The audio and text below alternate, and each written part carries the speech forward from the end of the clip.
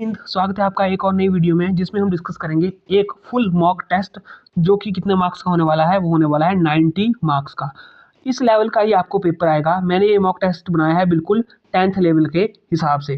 आपको सिलेबस में specially mention किया हुआ है कि आपको जो भी क्वेश्चन आएंगे वो 10th स्टैंडर्ड के आएंगे और बिल्कुल क्वेश्चन बनाए हुए हैं मैंने सिलेबस को ध्यान में रखते हुए कि जनरल अवेयरनेस से कितने आएंगे, आगे मैथमेटिक्स से कितने आएंगे, हिंदी से कितने आएंगे, इंग्लिश से कितने आएंगे और आपका रीजनिंग से कितने आएंगे। तो आप इस पेपर को अटेम्प्ट करके देखो, आपको अपनी कैपेबिलिटीज का पता चलेगा। तो हम सबसे पहले कौन सा सेक्शन डिस्कस करेंगे? General awareness. कितने मार्क्स का आने वाला है ये? 20 मार्क्स का। 20 मार्क्स मतलब 20 क्वेश्चन आने वाले हैं इससे। सबसे पहला टॉपिक है उसमें हमारा इंटरनेशनल एंड नेशनल ऑर्गेनाइजेशन में। तो सबसे पहला क्वेश्चन डिस्कस करते हैं हम। Which organisation is responsible for global health policies and responses to pandemics? तो कौन सी ऑर्गेनाइजेशन है जो कि जिम्मेवार है ग्लोबल हेल्थ पॉलिसीज के लिए और पेंडेमिक में जो वर्क करती है? तो ऑप्शन क्या क्या है? WHO, IMF, UNESCO, ILO। तो आपको पता होना चाहिए WHO क्या है। WHO है वर्ल्ड हेल्थ ऑर्गेनाइजेशन। IMF क्या है? International monetary fund. UNESCO क्या है? यूनेस्को नाम सुना होगा, United Nation educational scientific and cultural organisation. United Nation education scientific cultural organisation. और ILO क्या है? International labour organisation. तो अब ये क्या क्या काम करती हैं? देखो, वर्ल्ड हेल्थ ऑर्गेनाइजेशन होगा इसका राइट आंसर। ये क्या करती है? ये ऑर्गेनाइजेशन है रिस्पॉन्सिबल किसके लिए? ग्लोबल हेल्थ और policies and response to pandemics के लिए। WHO का नाम सभी ने सुना होगा। जब हमारा कोरोना पैंडमिक आया था उस टाइम WHO का नाम सभी ने सुना ही होगा, वर्ल्ड हेल्थ ऑर्गेनाइजेशन। तो इसका ध्यान रखना है। आगे है वर्ल्ड हेल्थ ऑर्गेनाइजेशन का कार्यालय कहाँ है, ये भी पता होना चाहिए। तो इसका कार्यालय है आपका जिनेवा में। तो जिनेवा कहाँ पड़ा आपका? कौन सी कंट्री में पड़ा? स्विट्जरलैंड में। हाँ, स्विट्जरलैंड की राजधानी कहाँ है ये भी आपको पता होना चाहिए। स्विट्जरलैंड की राजधानी है आपकी बर्न। स्विट्जरलैंड की राजधानी है बर्न। आगे देखो, IMF है। IMF क्या बताया मैंने? इंटरनेशनल मॉनेटरी फंड, अंतर्राष्ट्रीय मुद्रा कोष बोलते हैं जिसे। इसकी स्थापना कब हुई थी? 27 दिसंबर 1945 में हुई थी। और इसका कार्यालय कहाँ है IMF का? IMF का कार्यालय है आपका वॉशिंगटन DC में। कहाँ है? वॉशिंगटन DC में। ये भी इंपॉर्टेंट है। UNESCO United Nation education scientific and cultural organisation. 4 नवंबर 1946 को इसकी स्थापना हुई है। 4 नवंबर 1946 को। और इसका कार्यालय कहाँ है? ये भी इंपॉर्टेंट है, पूछा जा सकता है इंटरनेशनल ऑर्गेनाइजेशन। तब बता रहा हूँ मैं। इसका कार्यालय है आपका पेरिस, फ्रांस में। यूनेस्को का कार्यालय हेडक्वार्टर कहाँ है? पेरिस। पेरिस कहाँ है? फ्रांस की राजधानी है पेरिस। ILO की बात करें तो इंटरनेशनल लेबर ऑर्गेनाइजेशन। जैसे इंडिया में क्या है? इंटरनेशनल ILC है, इंटरनेशनल लेबर हमारा, सॉरी हमारा LC है, लेबर कोड है ना, जैसे इंडिया में इंडियन लेबर कोड ILC। तो वैसे ही ILO है इंटरनेशनल लेबर ऑर्गेनाइजेशन, अंतर्राष्ट्रीय श्रम संगठन। कब स्थापित हुआ है? 11 अप्रैल 1919 में। इसका कार्यालय भी कहाँ है? इसका कार्यालय भी है आपका जिनेवा में। जिनेवा कहाँ पड़ा आपका? स्विट्जरलैंड में। ठीक, तो ये होगा हमारा पहला question national and international organisation से। अब देखो, which Indian organisation is responsible for space research and satellite launches? तो ये भी इंपॉर्टेंट है और इससे मतलब आपको इसका क्वेश्चन भी आ सकता है करंट अफेयर का कि अभी रिसेंट में कौन सा लॉन्च किया हुआ है। तो कौन कौन ऑप्शन क्या है? देखो, इसरो, DRDO, बार्क और CSIR। तो ये हमारी जितनी भी ऑर्गेनाइजेशन है, ये हमारी किसमें, सभी किसमें अगर काम करते, देखो 2-3 ऑर्गेनाइजेशन ऐसी हैं जो हमारी किसमें काम करती हैं? रिसर्च में, स्पेस में, मिलिट्री के लिए और डिफेंस के लिए और रिसर्च में काम करती हैं। तो देखो, आपको पता होना चाहिए कि कौन स्पेस के लिए कौन सी ऑर्गेनाइजेशन है और सैटेलाइट लॉन्च इंडियन ऑर्गेनाइजेशन की बात हो रही है। तो इंडियन ऑर्गेनाइजेशन कौन है? आपको पता होगा सभी को। इसका आंसर होगा इसरो। इसरो की फुल फॉर्म क्या हुई? Indian space research organisation. क्या हुई? Indian space research organisation. Research organisation. हाँ, आगे DRDO है। DRDO की फुल फॉर्म क्या हुई? Defence research and development organisation. इसकी फुल फॉर्म भी पता होनी चाहिए। बार्क की क्या हुई? Bhabha atomic research centre. जो होमी भाभा थे उनके नाम पे इसका नाम पड़ा है भाभा एटॉमिक रिसर्च सेंटर। आगे CSIR की फुल फॉर्म क्या होगी? Council of scientific and industrial research. Council of scientific and industrial research. तो ये 2 क्वेश्चन हो गए हमारे नेशनल और इंटरनेशनल ऑर्गेनाइजेशन से। इंपॉर्टेंट है, ऐसे ही क्वेश्चन आएंगे, आपको ये टॉपिक प्रिपेयर करना पड़ेगा। आगे बात करते हैं हम बुक्स एंड ऑथर्स की। तो ये बुक्स एंड ऑथर्स भी इंपॉर्टेंट है। तो who is the author of the book India after Gandhi? तो इंडिया आफ्टर गांधी बुक है वो किसने लिखी हुई है, ये पता होना चाहिए आपको। तो ये लिखी है आपकी रामचंद्र गुहा ने। थोड़े से आपको नेशनल्स बुक का पता भी होना चाहिए और खासकर हिमाचल की बुक्स का आपको पता होना चाहिए कि हिमाचल की बुक्स किसने लिखी हैं। नेशनल बुक आपको थोड़ा बहुत पता होना चाहिए जो फेमस है। इस टॉपिक को आप प्रिपेयर कर लेना। तो ये किसने लिखी है? इंडिया आफ्टर गांधी, ये लिखी है रामचंद्र गुहा ने। Who wrote the famous novel the God of small things? ये नॉवल है बहुत ही फेमस, ये किसने लिखा है? The God of small things. इसको किसने लिखा है? देखो 4 ऑप्शन है आपके पास, सलमान रशीदी, अरुंधति रॉय, झुम्पा लाहिरी और रस्किन बॉन्ड। देखो लगाओ इसमें, अगर आपको पता नहीं है तो, अगर पता नहीं है तो वहाँ पे 4 ऑप्शन देखने को, 5 ऑप्शन देखने को मिलेंगे आपको। ऐसे ई भी ऑप्शन मिलेगा, तो आपको ई करके आना पड़ेगा वहाँ पे। इन केस पता है तो आप सही टिक कर सकते हैं। अगर ई ऑप्शन टिक नहीं किया तो वो क्या हो जाएगा? नेगेटिव हो जाएगा, नेगेटिव मार्क्स में काउंट होगा।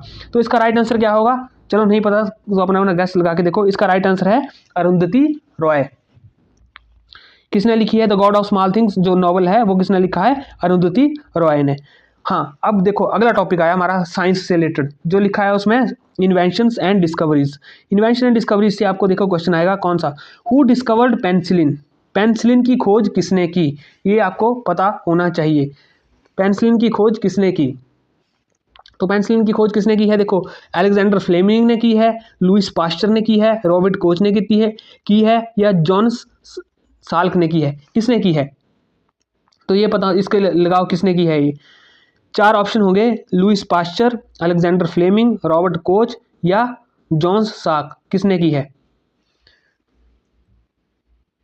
तो पेनिसिलिन की खोज की है अलेक्जेंडर फ्लेमिंग ने, ये पता होना चाहिए, ये इसका राइट आंसर है। अब लुईस पास्चर भी इंपॉर्टेंट है। लुईस पास्चर ने किसकी खोज की है? देखो लुईस पास्चर की बहुत सारी वो हैं खोजें हैं, उनमें से कौन कौन सी हैं? जैसे रेबीज वैक्सीन है, पास्चर मोस्ट फेमस डिस्कवरी है, ठीक है। आगे जर्म थ्योरी ऑफ डिसीज है, पास्चराइजेशन है, प्रिंसिपल ऑफ हाइजीन है या इम्यूनोलॉजी है। वो तो लुईस पास्चर ने वो वाली थ्योरीज दी हैं, तो ये लुईस पास्चर भी इंपॉर्टेंट है, ठीक।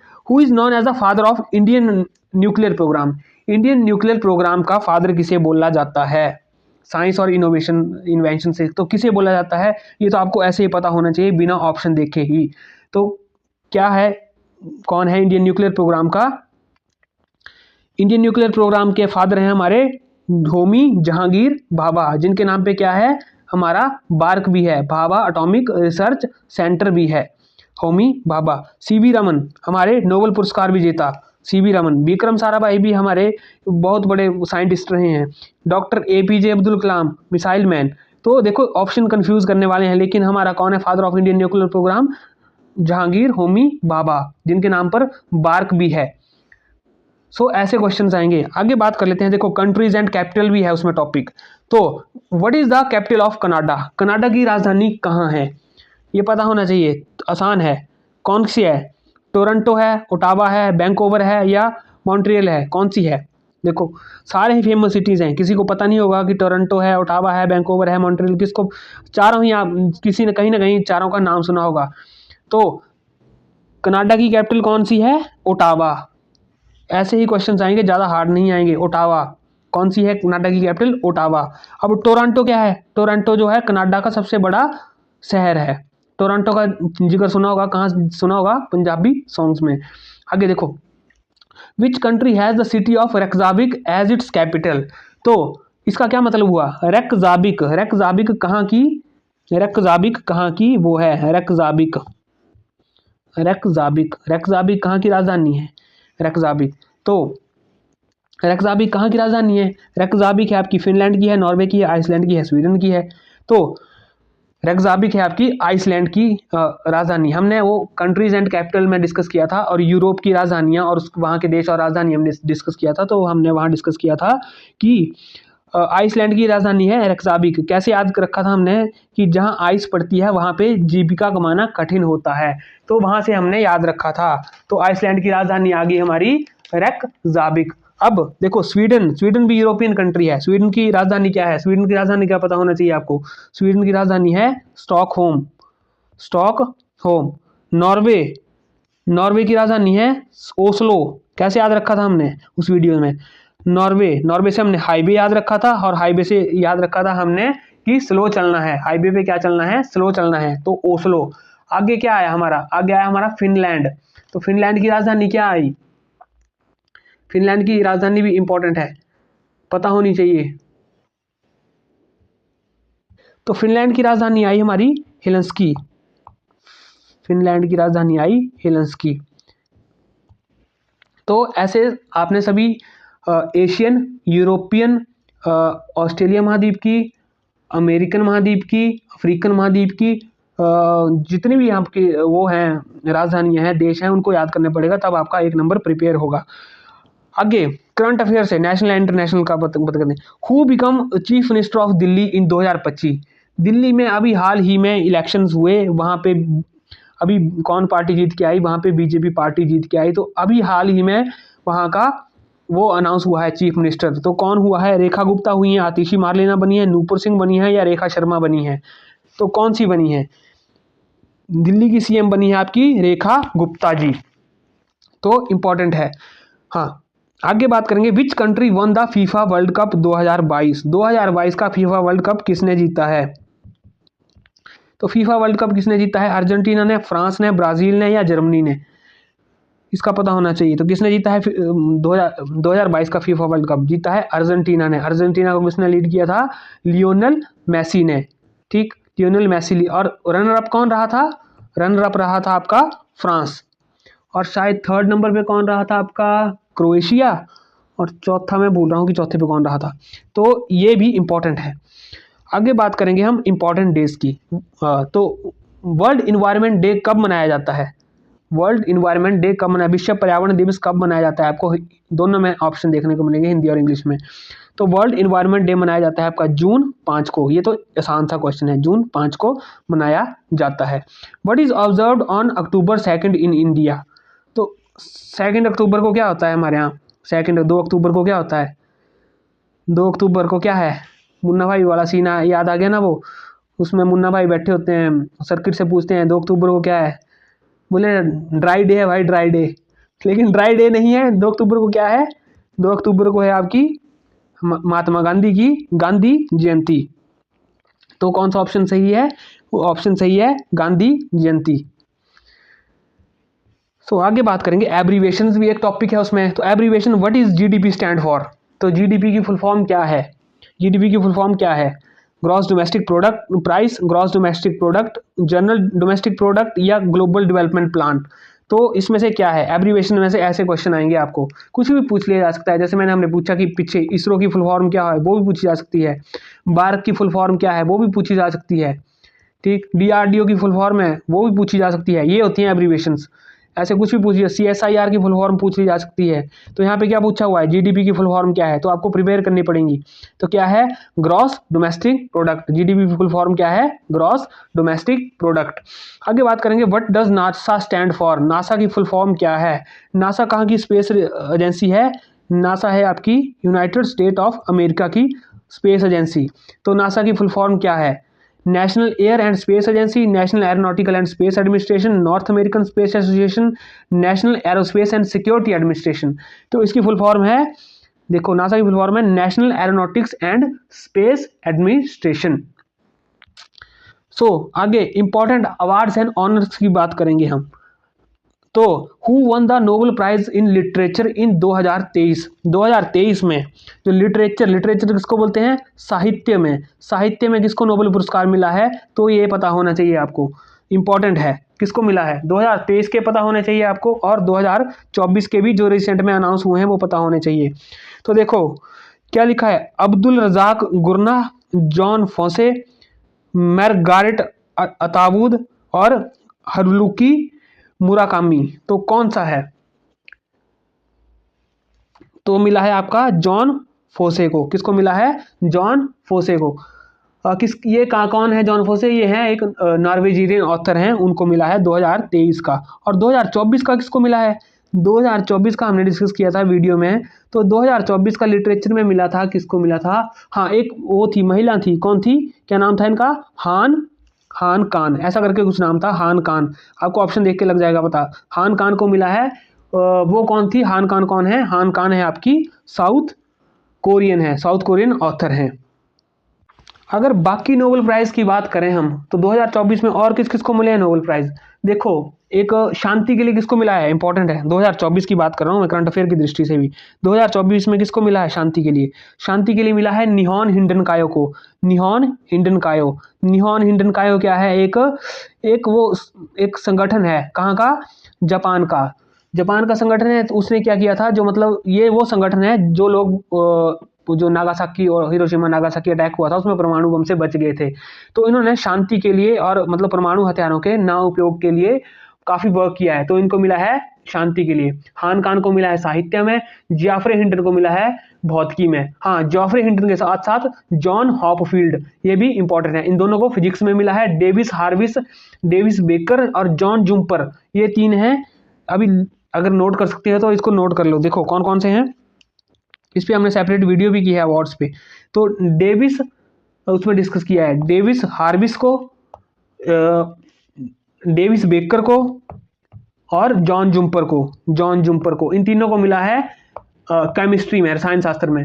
आगे विक्टर एम्ब्रोस और गैरी रूबकन को शरीर विज्ञान और औषधि दोनों को। और आर्थिक विज्ञान में, इकोनॉमी में 3 लोगों को मिला है, जेम्स एरविनसन, साइमन जॉनसन और डेरान एसबोगलू को। तो इनको नोट कर लीजिएगा, ये इंपॉर्टेंट है, इसके लिए हमने सेपरेट वीडियो भी की हुई है, आपको अवार्ड्स एंड ऑनर का पता भी होना चाहिए। Which Indian receive the first ever Bharat Ratna? तो पहली बार भारत रत्न, सबसे पहले वाला भारत रत्न किसको मिला था? राजेंद्र प्रसाद जी को मिला था, सी राजगोपालाचारी को मिला था, डॉक्टर होमी भाभा को मिला था, या एम.एस. सुब्बालक्ष्मी को मिला था? तो किसको मिला था? तो सबसे पहले हमारा जो है भारत रत्न मिला था सी राजगोपालाचारी को। ये कर्नल थे सी राजगोपालाचारी को। कब मिला था ये भी पता होना चाहिए। इनको मिला था आपको 1954 ईस्वी में। आगे बात करेंगे स्पोर्ट्स से। स्पोर्ट्स से भी आपको क्वेश्चन आएंगे, स्पोर्ट्स भी लिखा हुआ है। Which country has one the most Olympic gold medal in hockey? Hockey में कौन सी कंट्री ने सबसे ज़्यादा गोल्ड मेडल हासिल किए हुए हैं? हॉकी की बात हो रही है, तो कौन है? इंडिया है, ऑस्ट्रेलिया है, जर्मनी है या पाकिस्तान है? देखो ये तो कभी हो ही नहीं सकता, इस ऑप्शन को आप ऐसे नेग्लेक्ट करो। जर्मनी भी ऐसी स्ट्रॉन्ग टीम नहीं है अभी फिलहाल के इसमें, ठीक है। तो कौन होगा, इंडिया या ऑस्ट्रेलिया? अभी फिलहाल में ऑस्ट्रेलिया काफ़ी स्ट्रॉन्ग टीम है हॉकी की।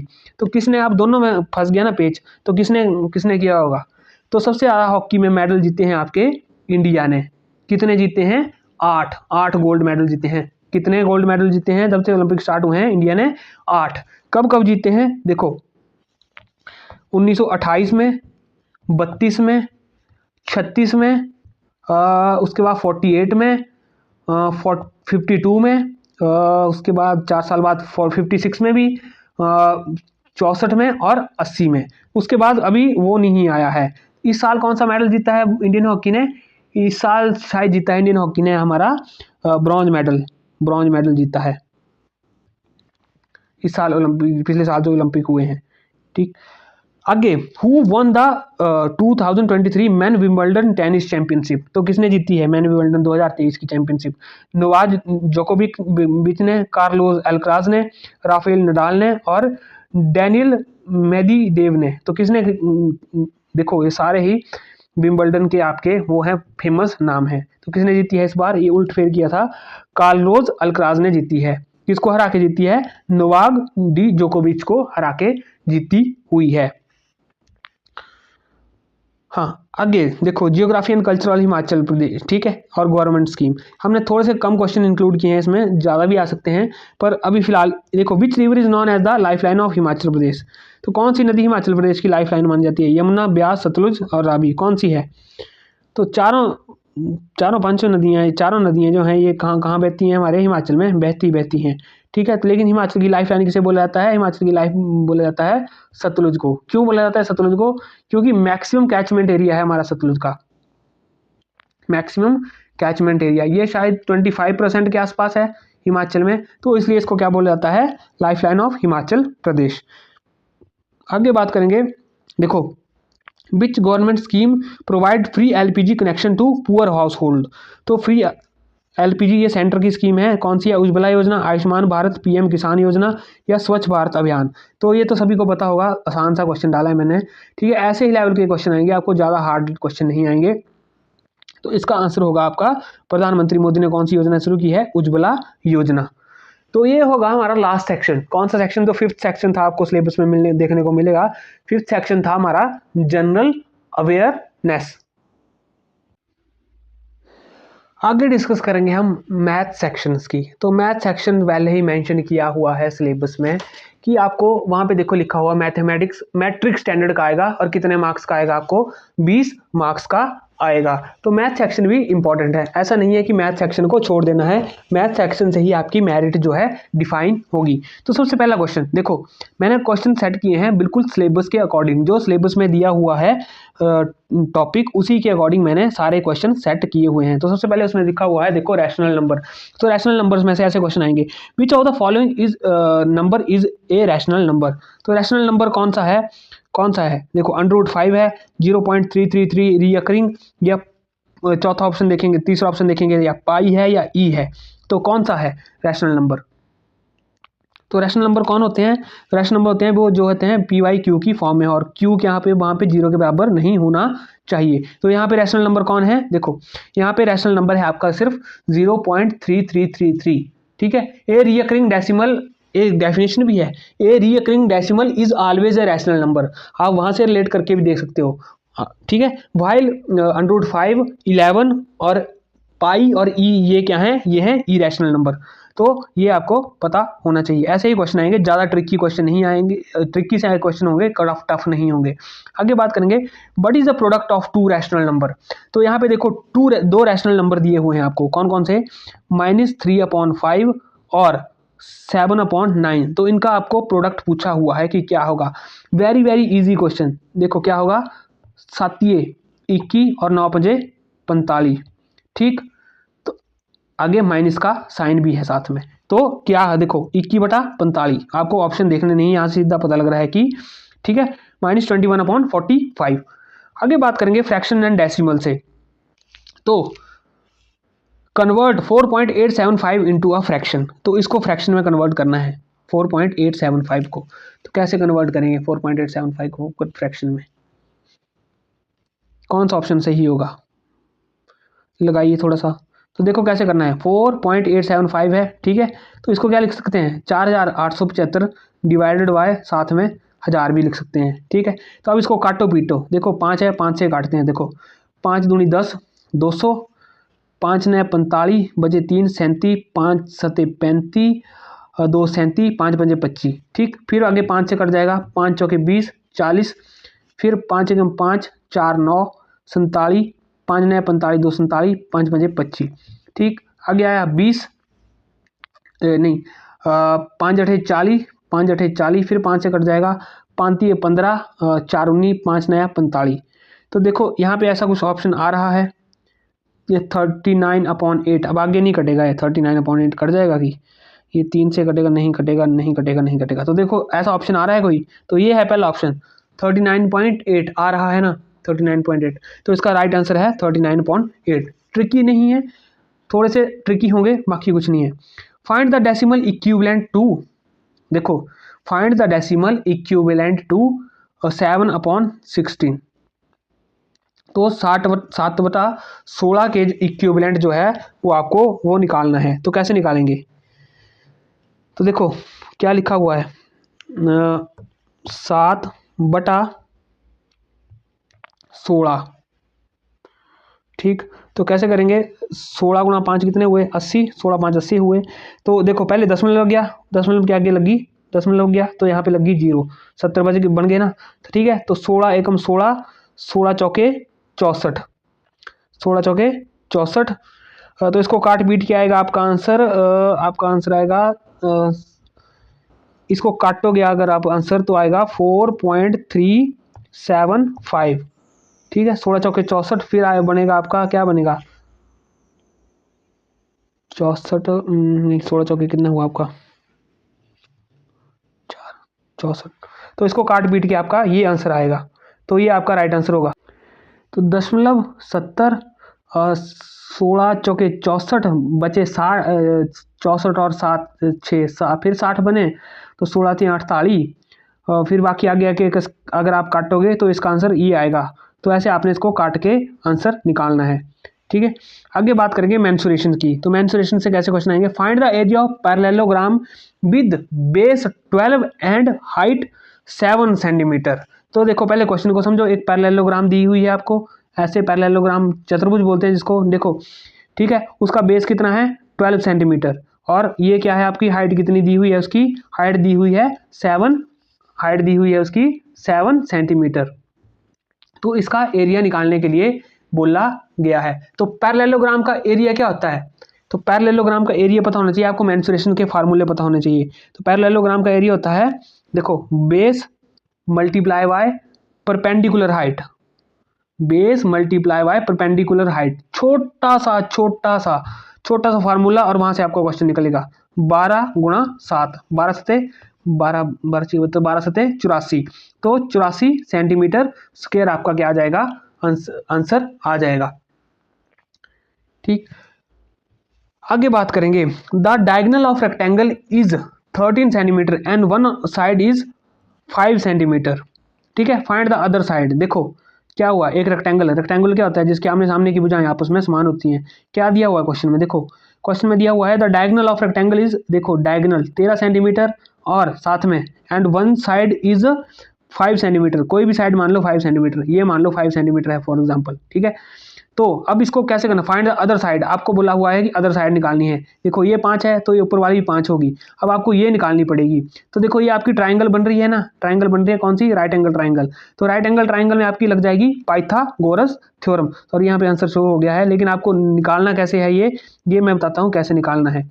12 आंसर आएगा इसका, लेकिन निकालना कैसे है ये, देखो ये आपकी बन जाएगी राइट एंगल ट्राइंगल। तो राइट यहाँ पे लग जाएगी आपकी पाइथागोरस थ्योरम, पाइथागोरस थ्योरम लग जाएगी। तो पाइथागोरस थ्योरम क्या होती है, हाइपोटेन्यूज का स्क्वायर, ठीक है, इक्वल टू बेस का स्क्वायर प्लस परपेंडिकुलर का स्क्वायर। मतलब बोलते हैं ना क्या बोलते हैं हिंदी में, विकर्ण का स्क्वायर इज इक्वल टू आधार का स्क्वायर जमा लंब का स्क्वायर। ठीक है, तो यहाँ पे क्या है, विकर्ण क्या है 13 स्क्वायर। ठीक है, 13 स्क्वायर बराबर है यहाँ पे 13 स्क्वायर बराबर है 5 का स्क्वायर। ठीक है, उसको मान लो, आप क्या मान लो, उसको मान लो x, फॉर एग्जांपल इसको x मान लो, तो x का स्क्वायर आ जाएगा। ठीक है, तो 13 स्क्वायर कितना आएगा 169, 5 का स्क्वायर कितना आएगा 25। देखो 13 का स्क्वायर कितना आया, 13 का स्क्वायर आया आपका, 13 का स्क्वायर आया आपका 169। ठीक है, उधर 5 का स्क्वायर 25 प्लस x का स्क्वायर। ठीक है, तो 169 minus 25, 169 minus 25 is equal to x का स्क्वायर। ठीक है, अब x निकालना होगा तो यहाँ पे क्या लग जाएगा आपका सीधा अंडर। तो 169 में से 25 गए, 9 में से 5 गए 4, 6 में से 2 गए 4, और ये ठीक है इसका अंडर x। तो इसका अंडर कैसे आएगा, 12 बार है 144, x कितना आएगा आपका 12। तो अगर दूसरी साइड क्या है आपकी आंसर 12। तो ऐसे निकलना है। देखो उसमें वो राइट एंगल ट्राइंगल बन गई थी ना, तो उसमें एक x आ गया, 5 आ गया, तो ये आ गया 12 आ गया, ये 13 आ गया। ठीक है, ऐसे तो आप देखो इनको दोनों को प्लस करके भी वही बनेगा। अगर दोबारा पाइथागोरस थ्योरम अप्लाई करें तो 13 का स्क्वायर कितना हुआ, 13 का स्क्वायर हुआ आपका 169, और 12 का स्क्वायर कितना हुआ 144 और प्लस 25, तो 169 और उधर कितना हुआ 25, ये भी 169 ही हुआ। तो ठीक है, क्लियर है, ऐसे इसका आंसर आएगा 12 सेंटीमीटर। आगे सरफेस एरिया एंड वॉल्यूम में से क्वेश्चन आपको, find the volume of cone with A radius of 4 centimetre and height of 9 centimetre. तो क्या बोला हुआ है आपको, कोन का वो निकालना है, वॉल्यूम निकालना है। ठीक है, कोन ये होता है ना शंकु, सभी को पता होगा। क्या दिया हुआ है, रेडियस दिया हुआ है 4 सेंटीमीटर और हाइट दी हुई है 9 सेंटीमीटर। सीधे सीधे आसान क्वेश्चन आएंगे, 10th लेवल के पूछे हुए हैं क्योंकि। तो आपको पता होना चाहिए कि कोन का क्या होता है, वॉल्यूम क्या होता है कोन का। कोन का वॉल्यूम होता है 1/3 पाई आर स्क्वायर एच, ये होता है कोन का वॉल्यूम। तो इसको इसमें फार्मूले में फिट करो। देखो यहाँ पे आंसर पाई में ही है, तो पाई आपको एज इट इज रहने देता है। आर स्क्वायर क्या है आपका 4 गुना 4, और आगे एच कितना है आपका 9। ठीक है, 4 चौके 16 पाई वैसा का वैसा रह गया बटे 3, 16 ऐसे, या इसको काट लो, 3 तिया 9, तो 4 चौके 16, 16 तिया 16 कम 16, 16 दूनी 32, 16 थी 48, तो इसका आंसर क्या आ गया 48 पाई। देखो 48 दिया हुआ है ना यहाँ पे आंसर, तो इसका आंसर आया आपका 48, आंसर आया 48 पाई। इतना सा काम है इस क्वेश्चन में, ठीक है। आगे, a hemisphere has a radius of 5 centimetre, find its total surface area. एक हेमिस्फीयर है, उसकी रेडियस कितनी है 5 सेंटीमीटर, तो उसका टोटल सरफेस एरिया निकालना है। तो टोटल सरफेस एरिया कैसे निकालोगे उसका, आपको हेमिस्फीयर का वो पता होना चाहिए पहले तो, सरफेस एरिया निकालने का फार्मूला। तो हेमिस्फीयर का सरफेस एरिया निकालने का फार्मूला क्या है 3πr², ठीक है। आपको आर दिया हुआ है तो इसमें फिट करो आप सीधा ही, 5 3, देखो आंसर भी पाई में ही है तो पाई आपको एज इट इज रखना है, ठीक है। ज़्यादा कैलकुलेशन की जरूरत भी नहीं, क्योंकि टाइम भी इतना ही होगा, इतने लेंथी क्वेश्चन नहीं आएंगे आपको। 5 पंजे 25, 25 दिए कितने हुआ 75, तो सीधा ही आंसर आएगा 75 पाई। ऐसे ही क्वेश्चन आएंगे, ज़्यादा हार्ड नहीं आएंगे, क्योंकि टाइम लिमिटेशन भी है। अगर ज़्यादा बड़े बड़े क्वेश्चन देने लग गए आपको कि एक कोन के ऊपर एक मतलब रेक्टेंगल के ऊपर कौन रखा हुआ है, रेक्टेंगल का ये है, कौन का ये है, उसमें बीच में फिट किया हुआ है, तो ऐसे क्वेश्चन नहीं आएंगे, क्योंकि उसको आपको कम से कम 5 मिनट तो लगते ही हैं सॉल्व करने में। आपने 10th और +2 में मेंस्ट्रुएशन के फॉर्मूले सॉल्व किए होंगे, उसमें आपको पता है कितना टाइम लगता है। तो यहाँ पे आपको सीधे ही आएंगे ट्रिकी जैसे क्वेश्चन। देखो आगे पूछा हुआ, a shopkeeper makes an article at 40% above the cost price and gives 20% discount, what is his profit. तो इसमें क्या बोला है, एक दुकानदार है, वो किसी कोई उसका प्रोडक्ट है, उसको 40% अबव, उसको मतलब अपने जो उसने खरीदा था उससे 40% ज़्यादा उस पर मूल्य लगा देता है। और मतलब जैसे कोई भी चीज़ है उसने, ठीक है, फॉर एग्जांपल उसने 100 की खरीदी, तो उसने वहाँ पे प्राइस टैग चेंज करके बोल दिया कि ये 140 की है। फिर 140 पे बोलता है वो कि 20% डिस्काउंट दे देता है वो 140 पे। फिर कस्टमर लड़ता है, बोलते मेरे को डिस्काउंट चाहिए, डिस्काउंट चाहिए, तो वो 20% डिस्काउंट दे देता है, ठीक है। समझे कुछ क्वेश्चन। देखो क्या बोला, ए shopkeeper makes marks an article 40% above the cost price. तो मान लो हमने कॉस्ट प्राइस कितना मानना, हमने मान लिया कि 100 रुपये का था वो, ठीक है। तो दुकानदार ने धोखाधड़ी की और उस पर क्या कर दिया 140 रुपये का प्राइस टैग लगा दिया, ठीक, समझ गए। 40%, देखो 40% ही हुआ ना, 100 का 40 कितना हुआ, 100 का 40% कितना हुआ 140 ही हुआ ना, ठीक है। तो 140 बना दिया। अब दुकानदार ने जिद की तो बोलता है ले नहीं, मैं 140 पे तेरे को 20% डिस्काउंट दे रहा हूँ। तो 140 का 20% कितना हुआ, 140 का 20% कितना हुआ 140 मल्टीप्लाई 20%, तो 20% बते 100, दो ये कट गए, 14 दूनी कितना हुआ 28, ठीक है। तो 28 हुआ, तो 28 रुपये उसने डिस्काउंट दे दिया, तो 140 में से 28 डिस्काउंट गया तो कितना हुआ, कितना बचा 8 में से 2, 10, 10 में से 2 गया 8, और यहाँ पे 3, 3 में से 2 गया 1, और 1 ऑलरेडी है 112। तो उसने क्या किया था, देखो हमने स्टार्टिंग में माना था कि 100 की खरीदी और कितने की बेच दी 112 की, तो कितना % डिस्काउंट हुआ 100 से 12 रुपये बचे उसको, तो 12 रुपये बचे, तो 100 में 12 कितना हुआ 12% ही उसको डिस्काउंट वो हुआ, फायदा हुआ। तो ऐसे आसान से क्वेश्चन है, थोड़ा सा ट्रिकी होंगे लेकिन। देखो, if a product was bought for 12,000 and sold for 1,020, what is percentage loss. तो देखो क्या बोल रहा है, 1200 में खरीदी, 1200 में कोई चीज़ खरीदी और उसको कितने में बेचा, उसको बेचा उन्होंने 1020 में। तो ये तो नॉर्मल सी बात है कि आपको क्या हुआ लॉस हुआ, तो लॉस परसेंटेज आपको लॉस निकालना है। तो लॉस कितना हुआ, पहले तो आपको लॉस परसेंटेज निकालनी है आपको, ठीक है। तो लॉस परसेंटेज का क्या फार्मूला होता है, loss divided by cost price multiplied by 100। तो लॉस क्या है आपका, देखो लॉस कितना हुआ, पहले 1200 माइनस 1020 कितना करो, 1200 माइनस 1020 करो, ठीक है, डिवाइडेड बाय कॉस्ट प्राइस कितना था 1200 मल्टीप्लाई बाय 100।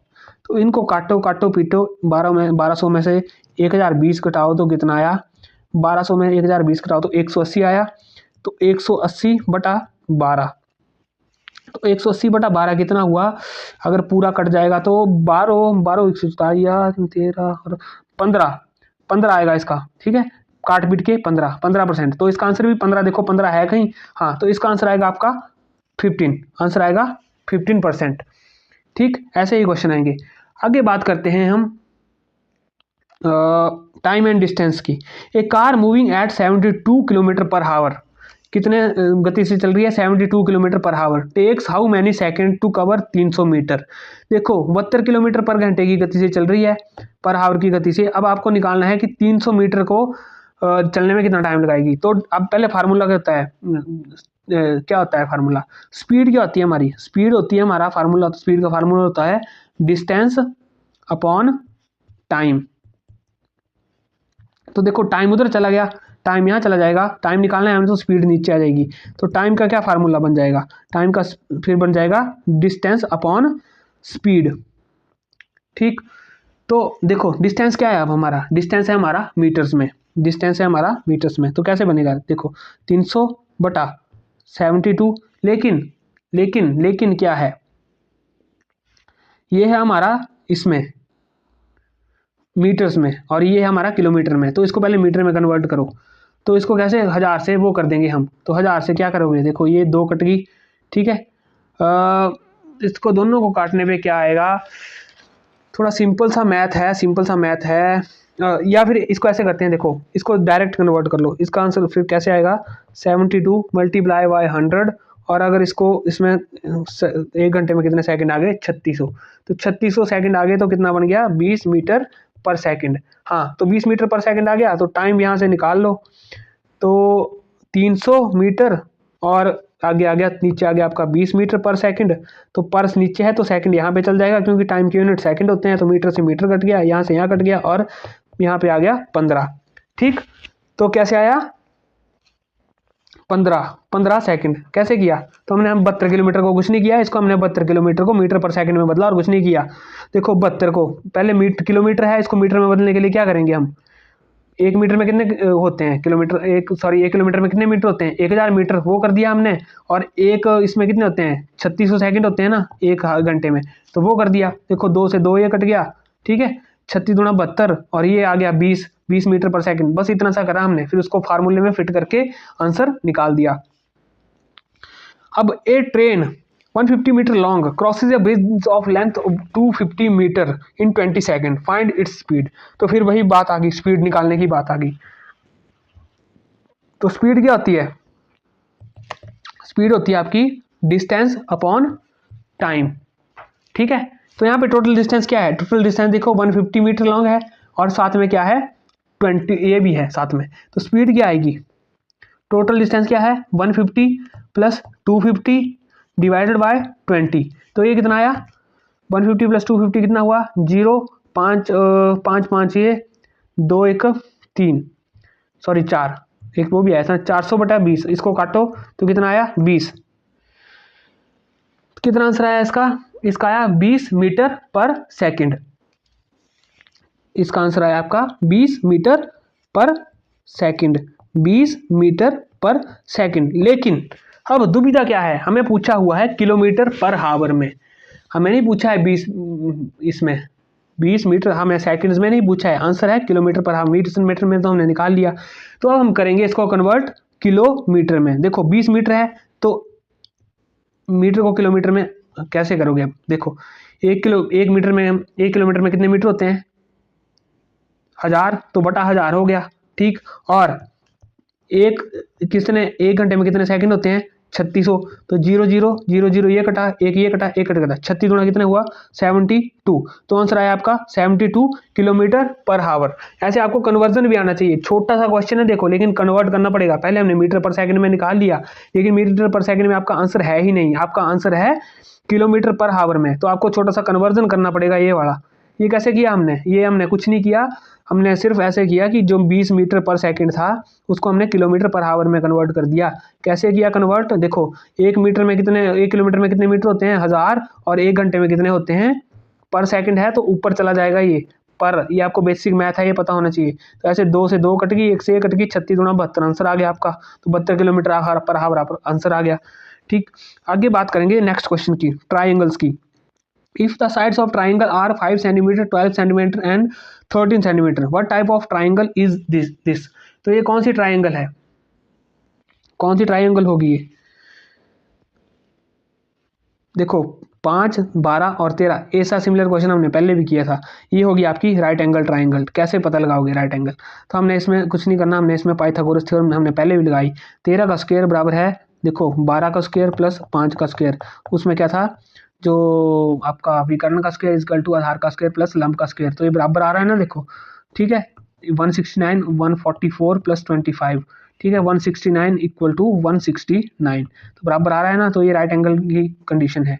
इक्वलेटर कौन सी होती है? जिसकी सारी भुजाएं समान होती हैं। ऐसे ही आपको आइसोसेल्स और स्केलने का भी पता होना चाहिए कि आइसोसेल और स्केलने कौन होती है, आधी बातें तो डेफिनेशन से क्लियर होती हैं। ठीक, find the height of an equilateral triangle with side length मतलब 8 सेंटीमीटर। साइड लेंथ कितनी है? इक्विलेटरल ट्राइंगल है, देखो इक्विलेटरल जिसकी सारी भुजाएं समान होंगी। साइड लेंथ कितनी दी हुई है? 8 सेंटीमीटर दी हुई है। तो सभी की कितनी दी हुई है? देखो इक्विलेटरल है, तो इक्विलेटरल में क्या होगा?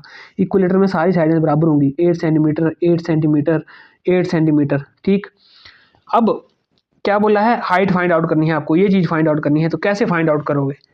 कैसे फाइंड आउट करोगे? अब देखो एक दो फार्मूले हैं इसको। पहले एक हीरोन फार्मूला पढ़ा होगा हमने हीरोन फार्मूला कहाँ पढ़ा है? 10th की इसमें पढ़ा है। तो उसमें क्या होता है? ट्राइंगल ABC का हीरोइन फार्मूला से क्या होता है? S minus A, S minus B, S minus C, ऊपर आता है अंडर रूट। ठीक, और एस क्या होता है इसमें? एस होता है A plus B plus C divided by 2। A B C क्या है? 3 भुजाएं हैं, तो 3 भुजाएं क्या आई आपकी? 8 प्लस 8 प्लस 8, 8 है 24/2, 24/2 कितना है आपका? 12। ठीक, 24/2 आ गया आपका, 24/2 आया हमारा 12। तो एस कितना आ गया हमारा? एस आया हमारा 12। अब इस फार्मूले में फिट करो, एस को फिट करो, तो देखो क्या कैसा आया? 12 गुणा एस माइनस ए, एस कितना आया? 12 माइनस 4, फिर आगे 12 माइनस 4, फिर आगे 12 माइनस 8, 12 माइनस 8 और 12 माइनस 8, 8 8 है ना, ABC 8 8 ही है ना, 8 भुजाएं कितनी? 8 8 है ना, देखो तो कितना आया? 12 गुणा 12 गुणा 4 गुणा 4 गुणा 4, फिर उसके ऊपर अंडर फॉर्मूले में फिट किया हमने। तो 12 को क्या लिख सकते हैं? 4 गुणा 3 गुणा 4 गुणा 4 गुणा 4। तो देखो दो दो जोड़े बन गए, एक जोड़ा यह बन गया, सॉरी हम फिर से वो स्किप कर हो गया थोड़ा सा। तो एक एक जोड़ा वो बन गया ना, देखो क्या से था? 4 गुणा 3 गुणा 4 गुणा 4 गुणा 4, ऐसे बनी थी ना हमारी। ठीक है, तो एक जोड़ा यह बन गया, एक जोड़ा यह बन गया, ये तो आ गया हमारा, 2 जोड़े बन के आ गया, एक जोड़ा इधर आ गया 4 गुणा 4 और नीचे अंदर क्या रह गया? 3। तो 4 चौके 16 अंडर रूट 3, तो ये आया 16 अंडर रूट 3। ठीक है, और फिर ABC का ट्राइंगल का क्या होता है? क्षेत्रफल क्या होता है? ट्राइंगल का क्षेत्रफल क्या होता है? ट्राइंगल का ABC का क्षेत्रफल क्या होता है? 1/2 गुणा आधार गुणा ऊंचाई। तो कैसे आएगा फिर? क्षेत्रफल तो हमने निकाल लिया, क्षेत्रफल क्या निकाला हमने? 16 अंडर रूट 3 इक्वल टू 1/2 गुणा आधार गुणा ऊंचाई। तो आधार क्या था हमारा? 8। ठीक, ऊंचाई हमें क्या बोला है? निकालनी है। ठीक है, हाइट निकालनी है। तो इसको इधर करो तो कितना हुआ? 16 दूनी 32 अंडर रूट 3 डिवाइडेड बाय 8, 8 इधर आ गया तो डिवाइड में हो गया ना, 8 चौके 32, तो कितना आ गया? 4 अंडर रूट 3। आंसर कितना है आपका? 4 अंडर रूट 3। देखो ये है 4 अंडर रूट 3। समझ आया क्वेश्चन थोड़ा सा? अब देखो सबसे पहले क्या किया हमने? सबसे पहले क्या किया? इक्विलेटरल ट्राइंगल थी, उसमें 8 8 8 की हमें ये दिया हुआ है, इसको मान लो A, इसको मान लो B, इसको मान लो C। फिर हमने हीरोन फार्मूला लगा दिया। ठीक है, कौन सा? S minus A, S minus B, S minus C. ठीक है, ABC तो हमारे पास है। ठीक है, इसके ऊपर अंडर रूट। ठीक है, हीरोन फार्मूला लगा दिया SABC। फिर यहाँ पे हमें एस को पता नहीं है, तो एस को निकालने का क्या फार्मूला होता है? एस को निकालने का होता है A plus B plus C divided by 2। तो A plus B plus C कितना हुआ? 8 जमा 8 जमा 8, 8 2 16, 16 16 8 24, 24/2 कितना हुआ? 12। तो एस हमारा 12 निकला, तो यहाँ 12 हमने फिट कर दिया। 12 माइनस 8 कितने हुए? 4, अगले में भी 4, अगले में भी 4। ठीक है, तो ऐसे निकल गया ना, देखो। ठीक है, तो फिर 4 को क्या लिख सकते थे हम? 12 को 4 थी 12, फिर हमने यहाँ से जोड़े निकाल लिए, फिर आंसर क्या निकला हमारा? 16 अंडर रूट 3 निकल गया। ठीक है, वो हमने क्षेत्रफल निकल गया वो हमारा हीरोन फार्मूला से। अब हमें चाहिए क्या? हमें चाहिए सिर्फ हाइट। तो क्षेत्रफल क्या होता है ट्राइंगल का? हाफ मल्टीप्लाई आधार मल्टीप्लाई ऊंचाई, मतलब बेस मल्टीप्लाई हाइट। ठीक है, तो वहां पे हमने कुछ नहीं किया, आगे उसको हमने फिट कर दिया। देखो क्या कहते हैं क्षेत्रफल क्या होता है? देखो क्षेत्रफल बराबर है 1/2 गुणा आधार गुणा ऊंचाई। अब हमें ऊंचाई निकालनी है ना, तो 2 यहाँ पे जाके मल्टीप्लाई हो गया और आधार यहाँ पे जाके डिवाइड हो गया। ठीक है, तो क्या आया था, कुछ नहीं आया था, हमने जो निकाला था ना 16√3, तो वहाँ पे 2 मल्टीप्लाई हो गया और क्या हुआ, आधार हमारा वो हो गया, तो 8 दूनी 16, 2 दूनी 4/3, ओ 4√3 आ गया हमारा आंसर। ऐसे किया इसको हमने। ठीक, थोड़ा सा ट्रिकी है लेकिन आसान है। फाइंड द मीडियन ऑफ, देखो क्या बोला, फाइंड द मीडियन ऑफ 3, 7, 12, 18, 20, 25, 30 और 35। तो मीडियन निकालने की सबसे पहले प्रोबेबिलिटी क्या है कि डाटा को आपने क्या करना है, असेंडिंग ऑर्डर में अरेंज करना है।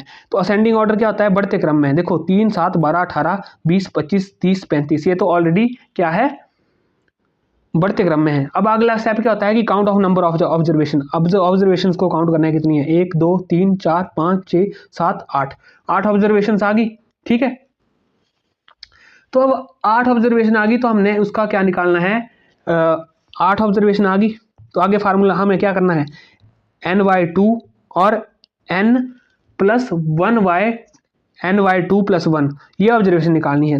टोटल ऑब्जर्वेशन कितनी आई आपकी, 8, तो 8/2 कितना हुआ, 4।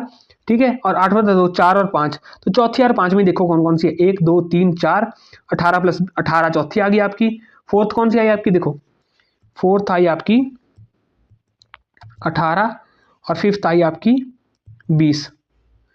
तो इसको क्या करना है फिर आगे, मीडियन निकालना है ना, तो 18 + 20/2, तो कितना है आपका वो, 18 कितने हुए, 18 38, 38/2, 19 दूना 38, 19 है देखो आंसर, तो 19 आपका इसका राइट आंसर है। ठीक, ऐसे ही क्वेश्चंस आएंगे। A dice is rolled twice, what is the probability of getting a sum of 7। तो 2 डाइस हैं, a dice is rolled twice, नहीं एक डाइस है। ठीक है, उसमें क्या होता है, 1 होता है, 2 होता है, 3 होता है, 4 होता है, 5 होता है, 6 होता है। उसको क्या किया गया, आपको 2 बार वो किया गया, तो उसमें आपकी पहले प्रोबेबिलिटी पता होनी चाहिए कि क्या क्या आ सकता है आपको। तो क्या क्या आ सकता है, देखो दोनों बार 1, 1 भी आ सकता है, 1, 2 भी आ सकता है, 1, 3 भी आ सकता है, 1, 4 भी आ सकता है, 1, 5 भी आ सकता है, 1, 6 भी आ सकता है। तो देखो 1 की कितनी प्रोबेबिलिटी होगी, 1, 2, 3, 4, 5, 6, तो 6 हैं, तो 6 की कितनी प्रोबेबिलिटी हो जाएगी आपके आने की, 36, 36, 36 हो जाएंगी ना। ठीक है, कभी कभी ऐसे भी आ जाएगा, 2, 1 आ जाएगा, कभी 2, 2, 2, 3, 2, 4, 2, 5, 2, 6, 2, 7, 2, ऐसे 2, 6 तक, मतलब आगे 3, 1, 3, 2, 3, 4 ऐसे भी आ सकता है। आगे what is the probability of getting a sum of 7। अब 7 निकलने की प्रायिकता पूछी हुई है, तो 1 में कैसे निकलेगी, अगर 1 और 6 आएगा। ठीक है, 2 में कैसे निकलेगी, 2 और 5 आएगा। ठीक है, या 5 और 2 आएगा, कुछ भी आ जाए एक ही बात है। ठीक है, 3 में कैसे निकलेगी, 3 और 4 आएगा। 4 में कैसे निकलेगी, 4 और 3 आ जाए।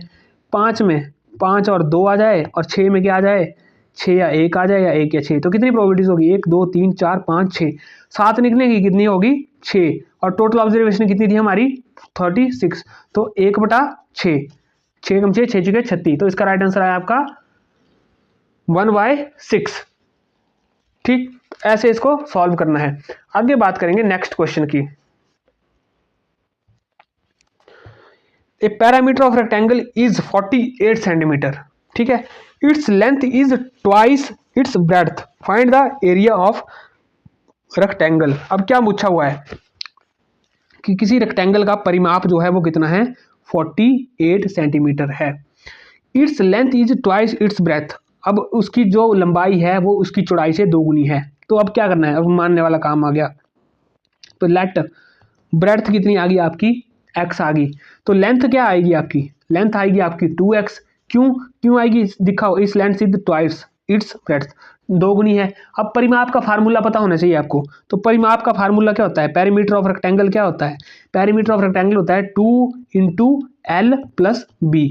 ठीक, अब पेरीमीटर दिया हुआ है हमको, पेरीमीटर क्या दिया हुआ है 48। अब इस फार्मूले में फिट करो, देखो पेरीमीटर क्या दिया हुआ 48, 2 × L क्या दिया हुआ है, L हमने क्या मानना है, L आ गया 2x, और ये क्या आ गया आपका x।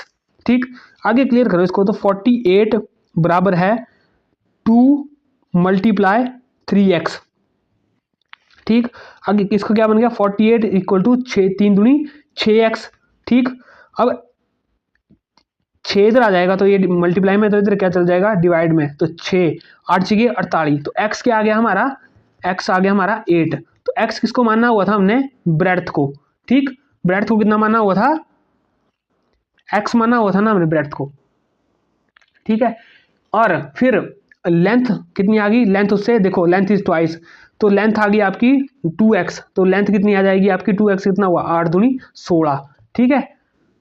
ठीक क्लियर हो गया, तो लेंथ आ गई हमारे पास 16 और ब्रेड्थ आ गई 8, दो चीजें निकल गई। अब क्या पूछा है, find the area of rectangle, हमें रेक्टेंगल का एरिया निकालना है। तो रेक्टेंगल का एरिया क्या होता है, रेक्टेंगल का एरिया होता है लेंथ इंटू ब्रेड्थ, ठीक है। कितना होता है लेंथ इंटू ब्रेड्थ, तो कितना हुआ लेंथ कितनी आ गई 8, 16 और 8, 16 8 कितने होते हैं 8 6 48 स्लाइड 4, 8 के 8 4 12, तो 128 के आसपास आपका आंसर आना चाहिए। 128 है कहीं, 128 है ये वाला, आपका ऑप्शन डी करेक्ट है 128। ठीक, आगे बात करेंगे सरफेस एरिया एंड वॉल्यूम से question. A cylinder has radius of 7 centimetre and height of 10 centimetre, find this total surface area. तो एक सिलेंडर दिया हुआ है हमारे पास, ऐसे सिलेंडर है, ऐसे सिलेंडर है, उसका क्या दिया हुआ है, रेडियस दिया हुआ है 7 सेंटीमीटर और हाइट दी हुई है 10 सेंटीमीटर, ठीक। तो उसका क्या निकालना है, टोटल सरफेस एरिया निकालना है। तो सिलेंडर का टोटल सरफेस एरिया निकालने का फार्मूला पता होना चाहिए, तो वो क्या है 2 pi r into r plus h, ठीक। ये है 2 पाई आर, इसमें बस कुछ नहीं करना, आप फॉर्मूले में फिट कर दो। 2 पाई आर क्या है आपका, आर है आपका 7, ठीक है, इंटू 7 प्लस एच कितना है आपका 10, सो 7 10 17, तो ऐसे इसको कर लो 2 इंटू 3.14 गुणा 7 इंटू 17, जो भी आएगा आंसर वो आपका राइट आंसर होगा। ये आपको खुद करना है कि राइट आंसर क्या होता है इसका।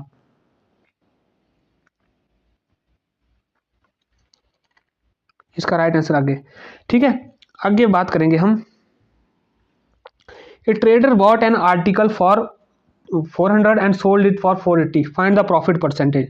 देखो 400 में खरीदा, 480 में बेच दिया, ठीक है, कितना प्रॉफिट हुआ 80 रुपये प्रॉफिट हुआ। अब क्या बोला, हमें निकालना है प्रॉफिट परसेंटेज। तो प्रॉफिट परसेंटेज कैसे निकालते हैं, प्रॉफिट परसेंटेज निकालते हैं आपकी profit divided by cost price multiply 100, ऐसे निकालते हैं आपका प्रॉफिट। तो प्रॉफिट कितना हुआ आपको 80 रुपये, प्रॉफिट हुआ आपको 80 रुपये, कॉस्ट प्राइस क्या था आपका 400 रुपये, मल्टीप्लाई कर लो इसको 100 से, आसान सा है, 2 जीरो से 2 जीरो कटी, 4 एकम 4, 4 दूनी 8, तो कितना आया आपका आंसर आया 20%, 20% आई आपकी जो है आपकी प्रॉफिट परसेंटेज आई। आगे, a car travel at a speed of 60 kilometre per hour, how much time it will take to cover a distance of 150 kilometre. कोई कार है कितनी स्पीड से जा रही है 60 किलोमीटर प्रति घंटे की से जा रही है, तो देखो 1 घंटे में 60 गई, 2 में कितनी जाएगी 120, तो 2 तो बिल्कुल ही रिजेक्ट हो गया। 3 में ऐसे कॉमन सेंस भी लगानी होती है, 60 यूनिफॉर्म स्पीड 60 3 में कितनी चल जाएगी 180, तो ये भी रिजेक्ट हो गया। 3.5 में उससे और भी ज़्यादा जाएगी, तो ऑब्वियस सी बात है कितना होगा 2.5 घंटे। लेकिन इसको निकालना कैसे है, इसको निकालना है, स्पीड क्या होती है, स्पीड होती है डिस्टेंस अपॉन टाइम। अब पेपर में हर सॉल्व क्वेश्चन को सॉल्व करने लगोगे तो ऐसे नहीं होता ना, स्पीड डिस्टेंस अपॉन टाइम, तो डिस्टेंस कितना है आपका 150, क्या निकालना है टाइम, तो ये आ गया स्पीड 150 अपॉन 60, तो यहाँ से आपका ऐसे कर लो 6 दूनी 12, 12 और 3 15, आगे लगे वो, तो 6 पंजे 30, तो 2.5 आवर्स इसका आंसर आ गया। तो ये हो गया हमारा मैथ सेक्शन से 20 क्वेश्चन। तो देखो कितना टाइम लग रहा है सॉल्व करने में, तो ऐसे आपको स्पीड भी बनानी पड़ेगी इसके लिए और आपको सॉल्व भी करना पड़ेगा, तब जाके कहीं क्वेश्चंस होंगे। आगे डिस्कस करेंगे हम अगला सेक्शन। अब बात करेंगे हम हिंदी सेक्शन की। तो हिंदी सेक्शन से कितने क्वेश्चन आएंगे 20 मार्क्स के क्वेश्चन आएंगे, और 20 मार्क्स के क्वेश्चन आएंगे आपको 10th लेवल के। तो चलिए फर्स्ट ऑफ ऑल डिस्कस करते हैं सबसे पहला क्वेश्चन लकोक्तियों से। तो लकोक्तियां, ऊंट के मुंह में जीरा लकोक्ति का क्या अर्थ है, आवश्यकता से अधिक प्राप्त होना, आवश्यकता से बहुत कम प्राप्त होना, अत्यधिक मेहनत करना, या फिर अपने भाग्य पर निर्भर रहना। ठीक है, तो क्या होगा इसका आंसर, तो ऊंट और जीरा, देखो ऊंट इतनी बड़ी आइटम, जीरा छोटी सी आइटम, तो मतलब आवश्यकता से बहुत अधिक कम प्राप्त होना, इसका आंसर होगा आवश्यकता से बहुत कम प्राप्त होना। आगे बात करेंगे मुहावरा की। देखो मुहावरे से भी क्वेश्चन आएगा आपको। नाक काटना मुहावरे का सही अर्थ क्या है, नाक कटना, नाक कटना, ठीक है। पहला ऑप्शन आया को अपमानित होना, साहसी बनना, खुश होना या सफल होना। नाक कटना मतलब अपमानित होना, सभी को पता होगा, इसका आंसर होना राइट अपमानित होना। व्यंजन से, स्वर व्यंजन से भी आपको क्वेश्चन आएगा। निम्नलिखित में से कौन सा व्यंजन वर्ण नहीं है, देखो क, प, भ, अ और जो, कौन सा नहीं है इसमें, इसमें लिखा हुआ है निम्न में से कौन सा व्यंजन वर्ण नहीं है। तो इसमें से आपको प, भ, ओ या जो, तो इसका राइट आंसर है, लिखाओ, इसका राइट आंसर होगा ओ। ओ जो है आपका क्या है, स्वर वर्ण है, ये व्यंजन वर्ण नहीं है। ये कौन सा है, ओ क्या है आपका स्वर वर्ण है। स्वर और व्यंजनों का आपको पता होना चाहिए। अब देखो प्रश्न, गंगा किस प्रकार की संज्ञा है। तो संज्ञा आपको वहां पे स्पेशल मेंशन में लिखा हुआ, आपको गंगा किस प्रकार की संज्ञा है, जातिवाचक, व्यक्तिवाचक, भाववाचक या समूहवाचक। तो गंगा किस प्रकार की संज्ञा है, गंगा है आपकी व्यक्तिवाचक संज्ञा। किसी व्यक्ति, भेद, भाव, जाति, नाम को क्या कहा जाता है, संज्ञा कहा जाता है। तो गंगा किसी पर्टिकुलरली, अब इसकी श्रेणी में आएगी वो व्यक्तिवाचक की संज्ञा में। हम किस प्रकार का सर्वनाम है, हम किस प्रकार का सर्वनाम है। तो कौन सा है, पुरुषवाचक, निजवाचक, संकेतवाचक या संबंधवाचक। हम किस प्रकार का है, देखो आपने इंग्लिश में वो पर्सन पढ़े होने हैं, first person, second person, third person. I, me, my, we, our, us, you, yourself. ठीक है, he, she, it, they, their, them. First person ये आ गया, सेकंड पर्सन वो आ गए, और third person he, she, it, they, their, them. वैसे ही है इसमें। तो हम कौन सा है इसमें, ठीक है, प्रथम पुरुष है। तो प्रथम पुरुष है तो कौन सा है, पुरुषवाचक। सुंदर किस प्रकार का विशेषण है। तो सुंदर विशेषण क्या करता है, विशेषता प्रकट करता है। तो सुंदर होना क्या है, विशेषता है, लेकिन किस प्रकार की, गुण, संख्या, परिमाणवाचक या संबंधवाचक। तो सुंदर होना क्या है, गुण है, तो गुणवाचक विशेषण हुआ सुंदर होना। आगे, राम खाना खा रहा है, इसमें कौन सी क्रिया है। तो क्रिया, क्रिया क्या होती है, क्रिया वर्ब, काम करना। तो कौन सी क्रिया है इसमें, अकर्मक, स्कर्मक, सहायक या प्रेरणार्थक क्रिया। तो इसमें है स्कर्मक क्रिया। स्कर्मक क्रिया क्यों है, यह क्रिया खाना पर क्रिया कर रही है, ठीक है, इसलिए यह स्कर्मक क्रिया है। आपको क्रिया के टाइप पता होना चाहिए कौन कौन से हैं, अकर्मक और सकर्मक। जब आप पूरा टॉपिक पढ़ोगे तब आपको क्लियर होगा कि अकर्मक अकर्मक क्रिया कौन सी है, स्कर्मक कौन सी है। एक अर्थी शब्द, आगे, अग्नि का एक अर्थी शब्द क्या है, जल, सूर्य, पावक या इन चंद्र। कौन सा है, सॉरी यहाँ पे आंसर भी लिखा गया है। तो अग्नि का कौन सा है, पावक है। अनेकार्थी शब्द की बात करें तो मीन का क्या अर्थ हो सकता है, मीन का क्या अर्थ हो सकता है, मछली, चंद्रमा, दोनों या कोई नहीं। तो मीन का अर्थ क्या हो सकता है, मछली भी हो सकता है और चंद्रमा भी हो सकता है। तो ये दोनों ही सही हैं। तो इसका आंसर होगा गो ऑप्शन। आगे, विलोमार्थी शब्द, दयालु का विलोम है। दयालु शब्द का विलोम क्या आएगा, आपको याद रखो 10th लेवल का मैट्रिक का लेवल का ग्रामर आएगा, उसमें स्पेशल मेंशन किया हुआ है। आप बड़ा हार्ड एक्सपेक्ट ना करो कि आपको अलाइड लेवल के उसके लेवल के आएंगे। दयालु शब्द का विलोम क्या आएगा, निर्दयी, करुणामय, ठीक है, प्रेमी या मृदु। तो क्या आएगा, दयालु का विलोमार्थी आएगा आपका आंसर निर्दयी।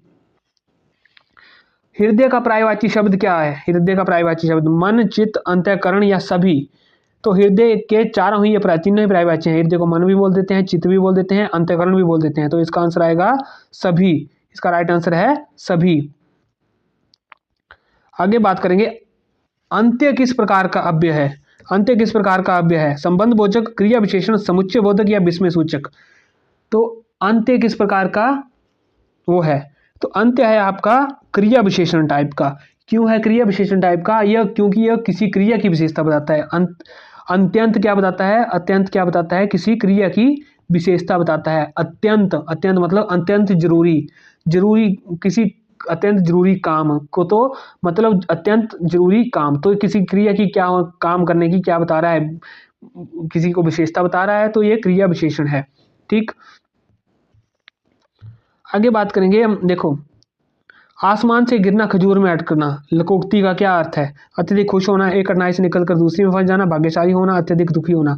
कॉमन सा है, एक कठिनाई से निकलकर दूसरी में फंस जाना। आगे बात करेंगे हम, अंधे की लकड़ी मुहावरे का सही अर्थ क्या है। अंधे की लकड़ी तो क्या है, आसान सा है, इसको क्या बोलते हैं हमने पढ़ा हुआ है, एकमात्र सहारा। अंधे की लकड़ी क्या मतलब, एकमात्र सहारा। तो इसका आंसर राइट आंसर आया सहारा। आंसर देखने की भी जरूरत नहीं है। निम्नलिखित में से कौन सा वर्ग व्यंजन नहीं है। तो व्यंजन देखो, क, प, ट, यो या टो। तो देखो कौन सा व्यंजन नहीं है, कौन सा व्यंजन नहीं है, क नहीं है, प नहीं है, यो नहीं है या टो नहीं है। तो इसका आंसर होगा, इसका आंसर होगा यो क्या है, यो व्यंजन नहीं है, यो आएगा आपका अर्ध स्वर। आपको पता होना चाहिए स्वर, व्यंजन और अर्ध स्वरों में क्या फर्क है। जब आप ग्रामर पढ़ोगे तब पता लगेगा। बाकी सारे के सारे क्या हैं, व्यंजन है। क, प और ट जो है वो क्या है, व्यंजन है। अब शिक्षा किस प्रकार की संज्ञा है, शिक्षा किस प्रकार, आप संज्ञा के भेद पढ़ोगे तो आपको पता चलेगा। शिक्षा किस प्रकार की है? जातिवाचक है, व्यक्तिवाचक है, भाववाचक है या समूहवाचक है? तो शिक्षा किस प्रकार की संज्ञा है आपकी? शिक्षा है आपकी, शिक्षा एक भाव को प्रकट करती है, तो शिक्षा क्या है? भाववाचक संज्ञा। आगे बात करेंगे सर्वनाम की। तो प्रश्न, कोई किस प्रकार का सर्वनाम है? कोई किस प्रकार का है सर्वनाम है? पुरुषवाचक है या प्रश्नवाचक है, अनिश्चयवाचक है या संबंधवाचक है? सर्वनाम की डेफिनेशन पता होनी चाहिए आपको, उसके भेद भी पता होना चाहिए, तब आप पता लगा पाओगे। तो कोई किस प्रकार का सर्वनाम है? कोई क्या है? अनिश्चयवाचक है। क्यों? ये अनिश्चितता को दिखाता है, अनिश्चित व्यक्ति को दर्शाता है। कोई मतलब ऐसे अनिश्चितता का भाव प्रकट करता है ना, बोल दिया कोई, तो कोई स्पेसिफिक नहीं है ना, स्पेसिफिक नहीं है, तो अनिश्चितता के भाव को दिखाता है, तो अनिश्चयवाचक है। ठीक, अब 10 किस प्रकार का विशेषण है? गुणवाचक है, 10 गुण दर्शा रहा है, संख्यावाचक है, परिमाणवाचक है, संबंधवाचक है। तो नॉर्मल सी बात लग रहा है, देख के पता लग रहा है 10 क्या है? 10 क्या है? संख्या। इसलिए मैं बोल रहा हूँ कि संज्ञा, सर्वनाम, विशेषण, इसके आपको पूरा वो पता होना चाहिए, विशेषताएं प्रकट होनी चाहिए, इनके आपको भेद पता होने चाहिए, तब आप जाके ये क्वेश्चन सॉल्व कर पाओगे। आगे बात करेंगे हम, संजय स्कूल जाता है, इस वाक्य में क्रिया कौन सी है? तो कौन सी क्रिया है? संजय स्कूल जाता है या मैं? तो देखो संजय क्या हुआ? किसी व्यक्ति, भेदभाव, जाति, नाम को क्या बोला जाता है? संज्ञा या नॉन बोला जाता है। संज्ञा नॉन हुई, स्कूल नॉन हुआ, मैं क्या हुई? हेल्पिंग वर्ब हुई, तो जाना ही हुआ, गो क्या हुई आपकी? हुई आपकी वर्ब मतलब क्रिया, तो आंसर क्या हुआ इसका? जाना। अब मृत्यु का एकार्थी शब्द, मृत्यु का एकार्थी शब्द क्या है? मृत्यु का एकार्थी शब्द, तो मृत्यु का जीवन, मरण, अमरता या संजीवनी? तो जीवन तो होगा नहीं, अमरता भी नहीं होगा, संजीवनी भी होगा, तो राइट आंसर होगा इसका मरण। तो ये हो गया हमारे 20 क्वेश्चन हिंदी के। तो ये 20 के 20 आपको 20 के 20 करने आने चाहिए थे। आसान लेवल था, बहुत ही आसान लेवल था, 10th लेवल का, मैंने हार्ड नहीं डाले थे। तो आपको 20 के 20 ही पता होने चाहिए ये वाले। तो देख लो आपके 20 में से कितने बन रहे हैं। अगर 20 में से 20 बन रहे हैं तो आप वेल एंड गुड जा रहे हो अपनी पढ़ाई में। आगे डिस्कस करेंगे हम अगला सेक्शन कौन सा डिस्कस करेंगे हम? पहले रीजनिंग, फिर करेंगे हम इंग्लिश। आएंगे आपको रीजनिंग सेक्शन से आएंगे आपको टोटल 10 क्वेश्चन। तो उसमें क्या क्या टॉपिक है? Visual memory, clock and calendar, number series, number ranking, arithmetical reasoning, alphabet series, cube and dice, non verbal series, analogies और ब्लड रिलेशन। तो सबसे पहले हम विजुअल मेमोरी से क्वेश्चन स्टार्ट करते हैं। तो देखो क्या पूछा हुआ है, इसमें पूछा हुआ है, a child was shown as a picture of 30 second and asked to recall object, which skill is being tested. तो एक बच्चे को 30 सेकंड्स के लिए कोई आपको ऑब्जेक्ट दिखाए गए और उसके बाद में उसकी मेमोरी को टेस्ट किया गया। तो किस में आएगा? लॉजिकल में, एनालिटिकल में, विजुअल में या अब्स्ट्रैक्ट थिंकिंग में? तो ये आएगा आपका विजुअल थिंकिंग में, विजुअल मेमोरी में। तो इसका राइट आंसर होगा आपका विजुअल मेमोरी। ठीक है, विजुअल मेमोरी क्या होती है? It refers to the ability to recall visual information, success, shape, colour और ऑब्जेक्ट एटसेट्रा एटसेट्रा। ठीक है, आगे बात करेंगे हम क्लॉक एंड कैलेंडर से। देखो क्लॉक एंड कैलेंडर से कैसे क्वेश्चन आते हैं। If 14th April 2023 was Friday, what day of the week was on 14 अप्रैल 2024? तो 14 अप्रैल 2023 को कौन सा दिन था? फ्राइडे का दिन था। ठीक है, फ्राइडे का दिन था 14 अप्रैल 2023 को। तो 2024 को कौन सा होगा? तो कितना आएगा? 365 प्लस होगा इसमें। तो इसको कैसे निकालते हैं? ठीक है, इसको निकालते हैं, क्यों? इसको 2 डेज प्लस करके निकालते हैं। देखो 365 प्लस 2 डेज। इसके एक ट्रिक होती है, कैसे होती है कि देखो फ्राइडे है तो उसमें क्या कर दो, अगर आपको अगला वो निकालना है ना, तो अगला एक दिन प्लस करके निकाल दो। जैसे फॉर एग्जांपल 14 अप्रैल 2023 को पूछा हो तो 14 अप्रैल 2024 को पूछा हो तो एक दिन प्लस कर लो, तो सैटरडे आना था। लेकिन एक कंडीशन और भी है, लीप ईयर भी देखना पड़ता है। अब 2024 क्या था? 2024 लीप ईयर होता है, उसमें क्या होता है? फरवरी में एक दिन ऐड हो जाता है। ठीक है, तो एक दिन और ऐड हो जाएगा तो 2 दिन ऐड हो गए। तो फ्राइडे में 2 दिन ऐड हुए तो क्या है? फ्राइडे, सैटरडे और संडे। तो इसका राइट आंसर होगा आपका आंसर संडे। आगे बात करेंगे नंबर सीरीज की। Find the missing number in series. आपको सीरीज दी होगी, देखो ऐसे दी होगी 3, 8, 15 और 24। आपको मिसिंग नंबर फाइंड आउट करना है अगला। तो कैसे फाइंड आउट करेंगे? देखो 3, 8, 15 कैसे सीरीज बनाओगे? बन रही है कुछ सीरीज?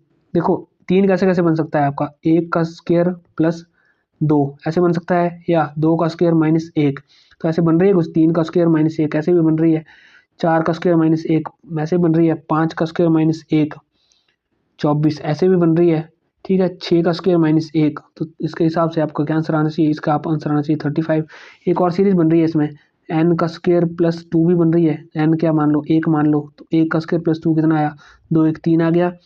अब अगर n 2 मानने हैं तो 2 का स्क्वायर प्लस 2 ऐड करें उसमें तो 4, तो उसमें 8 आएगा। हाँ, तो इसको आप कैसे भी कर सकते हो, जैसे कैसे सीरीज बन रही है, ठीक है, ऐसे n स्क्वायर माइनस 1, ठीक, n स्क्वायर माइनस 1, तो n फिलहाल 2 मान लो, तो 2 स्क्वायर कितना हुआ, 4 माइनस 1 कितना बन गया 3, फिर आप n 3 मान लो, तो 3 माइनस 1 कितना बन गया 8, 3 का स्क्वायर 3 3 9 माइनस 1 कितना बन गया 8। अब 4 मान लो, तो 4 का स्क्वायर कितना आया 14, 16 16 माइनस 1 15, आगे 5 का स्क्वायर 25 माइनस 1 24, और 6 का स्क्वायर आया 6 6 36 माइनस 1, तो आंसर आया आपका 35। ठीक, ऐसे आगे नंबर रैंकिंग की बात करें तो इन ए रो ऑफ 50 स्टूडेंट, 50 लोगों की कोई वो है, ठीक है, तो Rohan is 15th from the left, तो रोहन क्या है 50 की वो है, 50 स्टूडेंट है, रोहन क्या है 15वां है लेफ्ट साइड से, तो उसकी राइट साइड से कौन सी पोजीशन है, लेफ्ट से उसकी क्या है 15वीं पोजीशन है, तो राइट से कौन सी होगी। तो इसका क्या होता है, इसको निकालने का भी फार्मूला होता है। देखो क्या करते हैं इसमें, टोटल स्टूडेंट्स, ठीक है, प्लस 1 माइनस लेफ्ट पोजीशन या राइट पोजीशन कर लो, लेफ्ट पोजीशन या राइट पोजीशन, तो टोटल कितने हैं, टोटल आ गया आपके 50, प्लस 1 माइनस लेफ्ट से कितने दिया हुआ है, लेफ्ट से कितना है 15, तो कितना हुआ 50 और 1 51, 51 माइनस 15 कितना हुआ आपका, 51 में 15 गए आपके, तो कितना आंसर आया 36, तो इसका आंसर हुआ राइट 36, तो ये है इसका answer. A train is moving at 90 kilometre per hour, how far it travel in 40 minutes, तो देखो ये फिर से वही क्वेश्चन आ गया, तो 90 किलोमीटर पर आवर की घंटे से जा रही है, तो स्पीड क्या होती है, स्पीड होती है distance upon time, distance upon time, ठीक,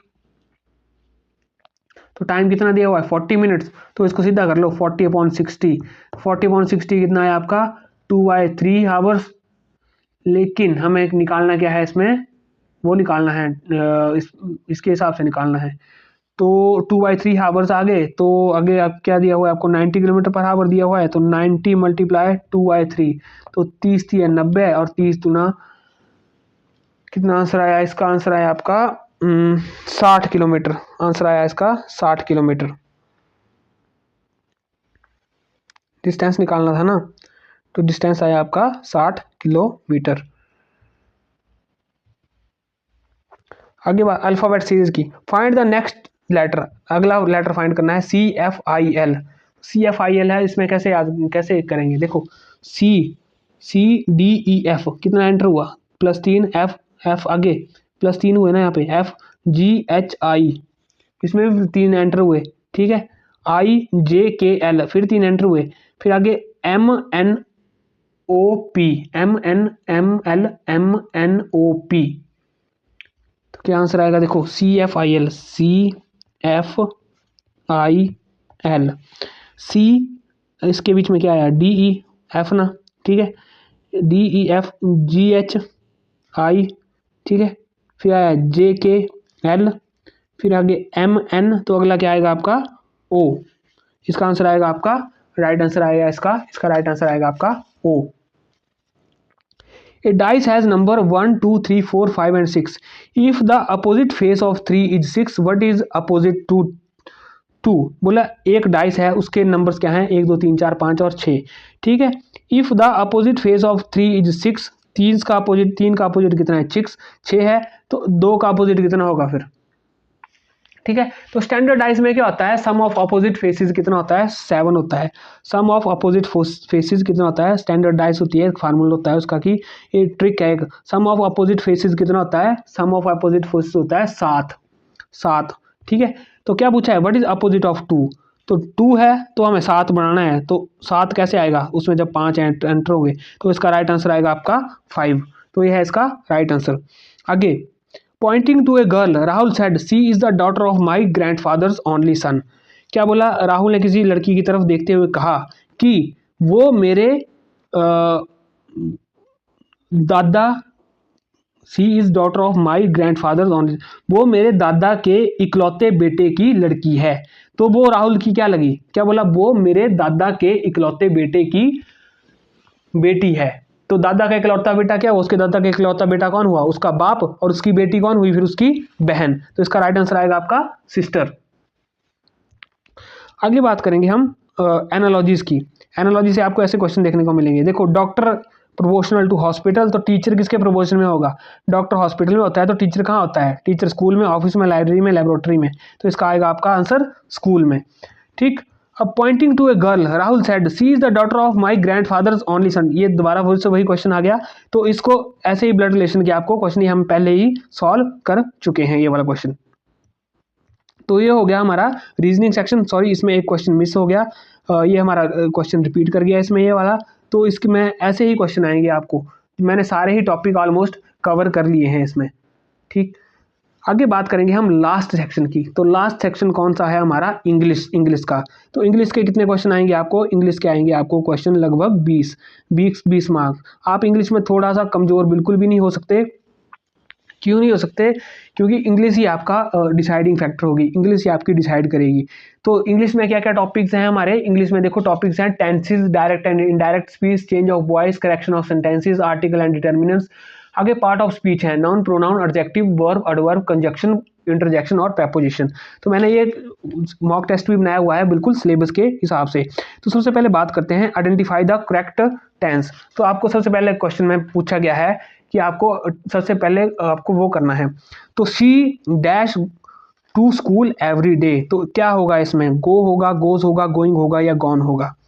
तो देखो, गो, वेंट, गॉन, ये तो इसकी वर्ब फॉर्म आ गई। तो क्या होगा, she go to school every day, she goes to school every day, she going to school every day और गॉन टू। इसका आंसर आएगा आपका गोज। कैसे आएगा goes, simple present indefinite tense है और उसमें थर्ड पर्सन के साथ एस या ई एस लगाया जाता है। तो थर्ड वर्ब की पहली फॉर्म के साथ एस या ई एस लगाया जाता है। तो वर्ब की पहली फॉर्म आई यहाँ पे गो और एस या ई एस की जगह क्या लग गया, गोज। तो यहाँ पे आंसर का आएगा आपका गोज। आगे बात करेंगे choose the correct past perfect sentence. Before she arrived we our dash our lunch, जब तक वो आई हम अपना खाना खा चुके थे, खाना खा चुके थे, ऐसा बन रहा है ना इसका।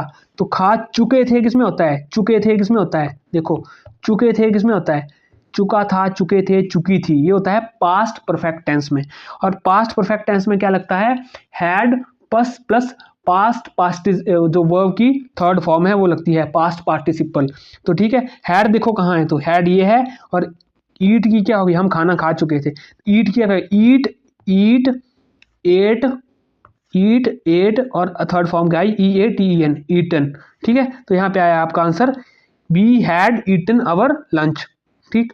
आगे डायरेक्ट एंड इनडायरेक्ट स्पीच की बात करें तो convert into indirect speech, she said I am tired. तो इसको इनडायरेक्ट स्पीच में वो करना है, तो क्या होगा, she said she was tired, she said she is tired, she said she that she is tired, she said that I am tired. तो इसमें क्या रूल होता है डायरेक्ट टू इनडायरेक्ट करने में, ये क्या है आपका, she said I am tired, तो ये क्या है, सिंपल प्रेजेंट टेंस है। तो इसको क्या करेंगे, सिंपल पास्ट में कन्वर्ट कर देंगे। तो सी सेड, देखो सी सेड तो लगेगा ही लगेगा।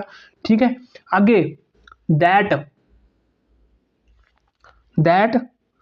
सी सेड दैट, सॉरी यहाँ पे दैट लगाना भूल गए, तो दैट भी लगता है जब वो करना है। तो ठीक है, तो she said that she was tired, तो इसका राइट आंसर होगा शी सेड दैट, यहाँ पे सॉरी दैट भी लगेगा, तो ये वाला ऑप्शन। ठीक है, तो सी was tired, C was tired, तो ये आंसर आएगा इसका।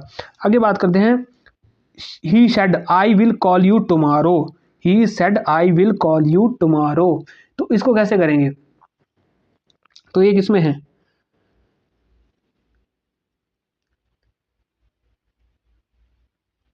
विल किसमें आता है, फ्यूचर में। तो ही सेड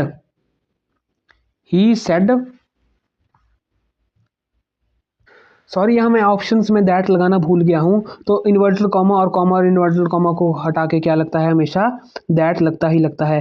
तो ही सेड, देखो ही सेड, तो आपका ये जो होगा फर्स्ट पर्सन किसके अकॉर्डिंग चेंज होगा, इसके अकॉर्डिंग चेंज होगा। ठीक है, तो ही सेड, ही आगे विल का क्या बन जाएगा, विल का बन जाएगा would, he would he would call, अब ये किसके अकॉर्डिंग चेंज होगा, ये होगा आपका इसके चेंज हो इसके, तो यू की जगह क्या आएगा मी, ठीक, और द टुमारो का क्या बन जाता है, टुमारो को बन जाता है नेक्स्ट डे। तो इसका आंसर आएगा he said that he would call me the next day, that he would call me the next day. तो इसका आंसर आएगा ऑप्शन बी। लेकिन ऑप्शन बी में क्या आएगा इसका, ऑप्शन बी में आएगा इसका आपका द नेक्स्ट डे, टुमारो की जगह क्या हो जाएगा नेक्स्ट, यहाँ पे दैट भी आएगा और यहाँ पे आएगा आपका दैट। ठीक, आगे बात करते हैं चेंज ऑफ वॉइस की। तो चेंज ऑफ वॉइस की बात करें तो the teacher corrected the papers, the teacher corrected the papers, तो इसको कैसे करेंगे,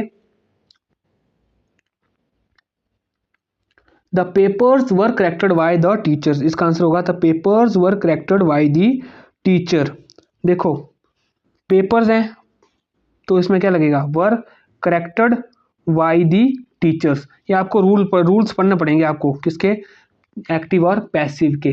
तो इसमें क्या है, सिंपल पास्ट टेंस जो है, तो एक्टिव से इसमें क्या होता है, सिंपल पास्ट टेंस को एक्टिव से पैसिव में चेंज करते हैं तो क्या लगता है, वाज ऑब्लिक वर लगता है, पास्ट पार्टिसिपल लगती है, वर्ब की क्या लगती है, थर्ड फॉर्म लगती है।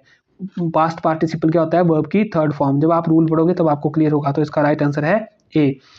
आगे बात करेंगे, they are building a new school, a new school is being built by them, a new school is being built by them, इसकी फुल फॉर्म होगी, इसका राइट आंसर होगा a new school is being built by them. कैसे होगा, जो present continuous tense है उसमें is are लगा होता है, तो इज आर के वो उसमें क्या लगता है, साथ में बीइंग लग जाता है और पास्ट पार्टिसिपल लग जाता है पैसिव वॉइस में, थर्ड फॉर्म लग जाती है।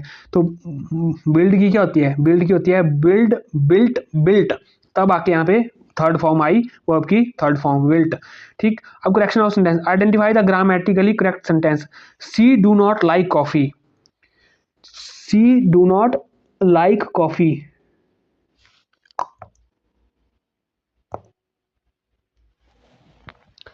तो इसमें क्या है, identify the grammatically correct sentence, she do not like coffee, तो she does not like coffee, she does not like coffee, she did not liking coffee. तो देखो कौन सा सेंटेंस बन रहा है, तो इसका आंसर होगा she does not like coffee, she does not like coffee.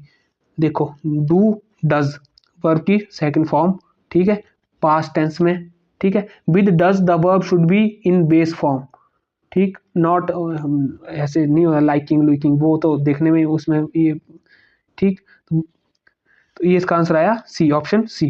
Choose the correct sentence, the baby cried hardly, the baby cried hard, the baby cried hard cried, और हार्डली द बेबी क्राइड। तो इसमें कौन सा sentence जो है सही है, तो इसमें सेंटेंस सही है द बेबी क्राइड हार्ड। अब इसमें क्यों सेंटेंस सही है, हार्ड जो होता है, हार्ड का क्या मतलब होता है, हार्ड का मतलब होता है विद एफर्ट्स, विद एफर्ट्स ना, कोई चीज हार्ड है तो उसका क्या मतलब with effort. Whereas hardly का क्या मतलब होता है, हार्डली का मतलब होता है हार्डली ये काम हो पाएगा, मतलब इसका क्या मतलब होता है ऑलमोस्ट नॉट। ऐसे बंदे बोलते हैं हार्डली यार ये काम नहीं हो पाएगा, तो इसका क्या मतलब होता है ऑलमोस्ट नॉट। तो इसका द बेबी क्राइड हार्डली ये इसका वो है। Fill in the blank with correct sentence, he adopted orphan child, तो उसमें क्या आएगा, ए आएगा, एन आएगा, द आएगा, या नो आर्टिकल आएगा, क्या आएगा इसमें, इसमें आएगा क्या आएगा, इसका राइट आंसर होगा एन, एन। क्यों आएगा, orphan start with vowel sound, ठीक है, वॉवल, वॉवल क्या होता है ए ई आई ओ यू, और इसमें क्या लगता है जो वॉवल से साउंड होते हैं उसमें लगता है एन, ठीक, उसमें भी आके रूल्स हैं, एक्सेप्शनल रूल भी हैं। अब सी इज डैश यूनिवर्सिटी स्टूडेंट, क्या आएगा, ए आएगा, एन आएगा, द आएगा, नो आर्टिकल आएगा। तो ए ई आई ओ यू, जैसे बताया मैंने बताया ए ई आई ओ यू, उसमें क्या लगता है एन लगता है, लेकिन यहाँ यूनिवर्सिटी है, यूनिवर्सिटी, यूनिवर्सिटी किसकी आवाज किसने आ रही है, देखो यूनिवर्सिटी यू वाई यू, आवाज का दिख देखो यू आ रहा है, वाई यू आ रहा है, और वाई यू क्या है, वाई क्या है, ये क्या है, ये कॉन्सोनेंट है ना कि वॉवल, तो यहाँ पे सिर्फ ए आएगा। सी इज अ यूनिवर्सिटी स्टूडेंट, तो इसका राइट आंसर होगा ए। आइडेंटिफाई द नॉन, देखो नॉन का आपको ये हिंदी में भी काम आएगा, इंग्लिश में भी आएगा। The dog is barking, the है, डॉग है, इज है, बार्किंग है, तो क्या है, तो नॉन क्या है, किसी व्यक्ति भेदभाव जाति नाम को संज्ञा कहा जाता है। The name of person thing is called as noun, तो पर्सन यहाँ थिंग क्या है, पर्सन क्या है, देखो डॉग है, डॉग आ गया आपका नॉन। बार्क क्या करना, बार्क क्या कर रहा है, वो क्रिया कर रहा है। इज क्या है, ये हेल्पिंग वर्ब्स आ गई आपकी। आइडेंटिफाई द एडजेक्टिव, अब इस सेंटेंस में आपको एडजेक्टिव फाइंड आउट करना है। He bought a beautiful dress, तो एडजेक्टिव क्या है इसमें, ठीक है। एडजेक्टिव क्या है, ही बॉट ए ब्यूटीफुल या ड्रेस, ही क्या है, प्रोनाउन है। बॉट क्या है, खरीदना। अब ड्रेस क्या है, ये सब कुछ क्या है, संज्ञा। अब तो एडजेक्टिव क्या रह गया, सिर्फ ब्यूटीफुल। ब्यूटीफुल क्या होना, क्या है उसकी वो है, गुणता है। तो एडजेक्टिव क्या आया, सुंदरता। सुंदरता यानी beautiful. Identify the adverb in sentence, अब एडवर्ब निकालनी है। सी स्पीक्स फ्लुएंटली, वो बहुत अच्छे से बोलती है, मतलब इससे बोलती है। तो क्या है, सी आ गया या स्पीक्स है, फ्लुएंटली है, नन ऑफ द अबव। तो सी क्या आ गया आपका, सी आ गया आपका प्रोनाउन। स्पीक्स क्या आ गया, बोलना क्या आ गया, क्रिया आ गया। तो फ्लुएंटली, फ्लुएंटली क्या आ गया आपका अब एडवर्ब। कैसे एडवर्ब आ गया, an adverb describe how an action is performed. तो फ्लुएंटली डिस्क्राइब कर रहा है कि एक्शन कैसे, बोलना कैसे हुआ है। तो फ्लुएंटली भी हो सकता था, रुक रुक के भी हो सकता था। तो फ्लुएंटली क्या शो कर रहा है, adverb describe and how an action is performed. तो इसका आंसर है फ्लुएंटली।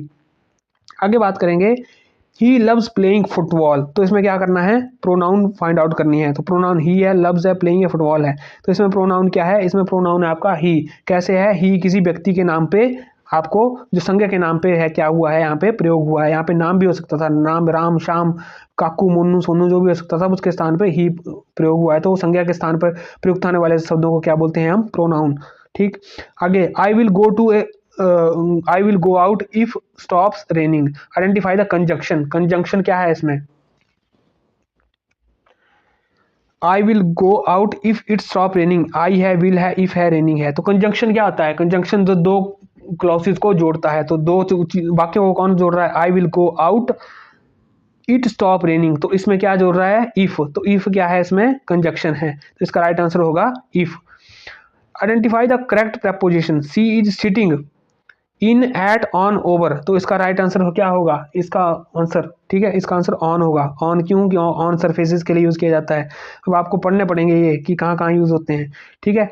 अब दैट वाज अमेजिंग, तो आपको क्या लगाना है, इंटरजेक्शन लगाओ यहाँ पे, ठीक। अल्लास आएगा, वाव आएगा, बिकॉज आएगा, हाउएवर आएगा, ठीक है। तो अल्लास किसके लिए होता है, अल्लास होता है किसी सौरव का भाव प्रकट करने के लिए। तो इसमें क्या आएगा, वाव, दैट वाज अमेजिंग। वाव मतलब होता है किसके लिए, एक्सप्रेस एक्साइटमेंट के लिए, ठीक। आगे बात करेंगे हम, choose the correct article. We should protect, protect क्या होगा, a environment, an environment, the environment. और जैसे ए ई आई ओ यू है, तो ये क्या है आपके बॉबल हैं। तो इस हिसाब से क्या आना चाहिए था आपको, यहाँ पे एन आना चाहिए था, लेकिन नहीं, एन नहीं आएगा, यहाँ पे आएगा द। यूनिक चीज है, ये भी आपको रूल में पता लगेगा, रूल में पड़ेगा। तो द इन्वायरमेंट आएगा, इन्वायरमेंट के साथ हमेशा द लगेगा। I have dash books to read, क्या आएगा, some, much, many, few. Some होता है कुछ, मच होता है ज्यादा, मैनी होता है बहुत ज्यादा, फ्यू होता है कुछ। तो क्या आएगा इसमें, ठीक। तो इसमें क्या आएगा, सम आएगा आंसर, इसका राइट आंसर। सम क्यों आएगा इसका राइट आंसर, क्योंकि सम किस लिए यूज होता है, some is use to unspecified number of. ये अनकाउंटेबल नॉन्स है ना, ये बुक्स क्या है, काउंट तो नहीं किया जा सकता कि पूरे वर्ल्ड में कितनी है। तो अनकाउंटेबल नॉन है, तो अनकाउंटेबल नॉन के लिए क्या यूज होता है, सम ही यूज होता है। ये भी रूल्स में लिखा होता है। चूज द करेक्ट नाउन, कौन सा है, द क्राउड वॉज एक्साइटेड। तो ठीक है, तो करेक्ट नाउन क्या है, द क्राउड वॉज एक्साइटेड। तो नाउन कौन सी है, नाउन है आपकी क्राउड। क्राउड कौन सी नाउन है आपकी, समूहवाचक। समूहवाचक क्यों है, व्यक्तियों का ग्रुप है, ठीक है। तो समूहवाचक को इंग्लिश में बोलते हैं कलेक्टिव नाउन। ये किसका नाम है, हिंदी में भी इसको बोलते हैं समूहवाचक और इंग्लिश में बोलते हैं कलेक्टिव नाउन। तो ये हो गए हमारे 20 क्वेश्चन अब इंग्लिश सेक्शन के। तो लगभग हमने 90 मार्क्स के क्वेश्चन कलेक्ट किए, वो किए पढ़े हमने, मतलब लगभग 1.5 घंटे में। आपने अपनी स्पीड भी इस हिसाब से देखनी है। और इस आपको थोड़ा बहुत ही आसान था, बहुत ही आसान था। 90 में से आपके कम से कम 65 तो आने ही चाहिए। 90 में से 65 तो आपको स्कोर करना ही पड़ेगा, तब आपकी प्रेपरेशन ठीक चल रही है। नहीं तो आपको बहुत ज़्यादा जोर लगाने की ज़रूरत है, क्योंकि ये बहुत ही आसान था, वो डाला था मैंने, आसान से टॉपिक डाले थे। सो इस वीडियो में फिलहाल इतना ही, मिलेंगे अपनी नेक्स्ट वीडियो में। आप सबको बेस्ट विशेस आपकी इसके लिए, प्रेपरेशन के लिए, जम के तैयारी, ठीक है। धन्यवाद, जय हिंद, जय भारत, जय हिमाचल।